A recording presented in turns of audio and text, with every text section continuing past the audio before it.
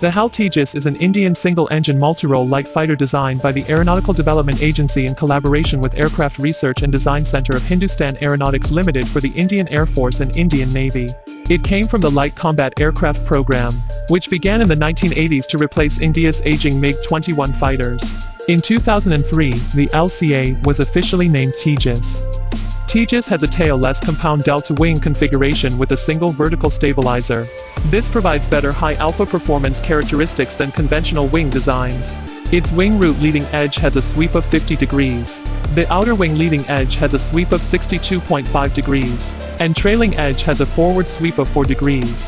It integrates technologies such as relaxed static stability, fly-by-wire flight control system, multi-mode radar, integrated digital avionics system and composite material structures. It is the smallest and lightest in its class of contemporary supersonic combat aircraft.